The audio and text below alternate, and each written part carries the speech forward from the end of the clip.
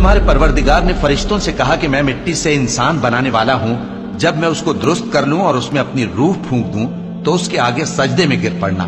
سو تمام فرشتوں نے سجدہ کیا مگر ابلیس کہ وہ اکڑ بیٹھا اور کافروں میں ہو گیا۔ اللہ نے فرمایا کہ اے ابلیس، جس شخص کو میں نے اپنے ہاتھوں سے بنایا اس کے آگے سجدہ کرنے سے تجھے کس چیز نے منع کیا؟ کیا تو غرور میں آ گیا یا اونچے درجے والوں میں تھا؟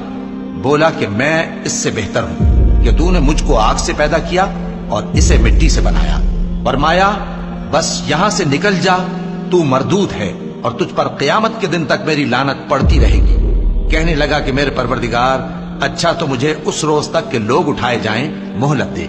فرمایا کہ تجھ کو مہلت دی جاتی ہے اس روز تک جس کا وقت مقرر ہے۔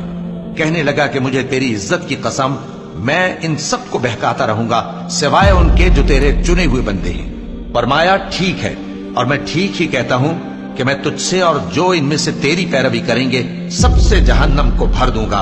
اے پیغمبر، کہہ دو کہ میں تم سے اس کا صلہ نہیں مانگتا اور نہ میں بناوٹ کرنے والوں میں ہوں۔ یہ قرآن تو اہل عالم کے لیے نصیحت ہے اور تم کو اس کا حال کچھ وقت کے بعد معلوم ہو جائے گا۔